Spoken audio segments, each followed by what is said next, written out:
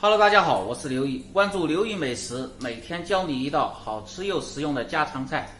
今天分享的是茄子大虾，在北方也叫油焖大虾，色泽红亮，鲜嫩入味，酸甜适口，非常适合老人和孩子吃这道菜。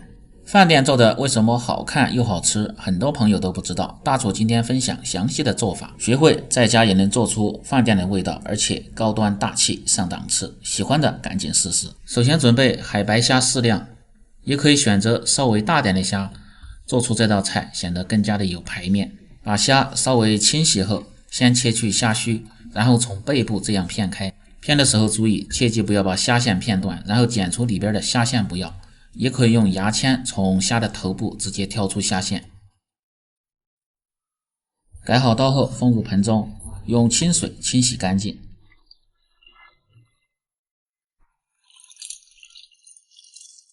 捞出控干水分，下面来把大虾简单的腌制下，去腥提味。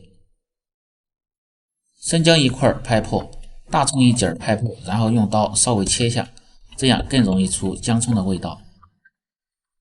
切好放入盆中，放入少许的料酒去腥，适量的清水，用手多捏几下，捏出姜葱汁，再来腌制虾肉，去腥增香的效果最好。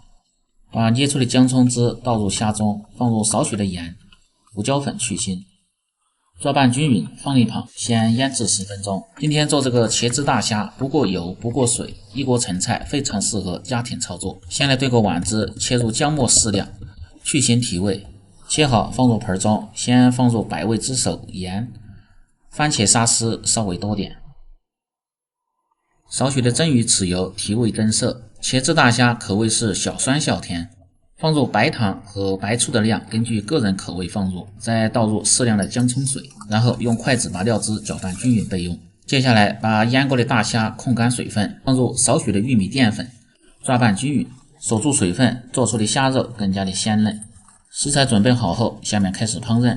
起锅，先把锅烧干，烧至锅底冒烟，放入适量的葱油，转动锅底，先把锅润一下，这样在煎虾的时候味道更香，而且不会生冰。油温烧至5成热，开小火，下入大虾，像这样一个一个的放入，放平，这样受热更均匀。放完后，先浸水1秒钟，然后再放动锅底，这时候火稍微开大一些，转动锅底，让其受热均匀。腌出虾的香味，一面煎至大概5分钟。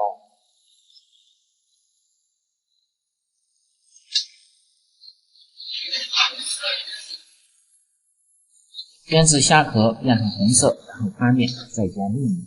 这个动作比较危险，在家里边操作最好是用筷子一个一个的翻。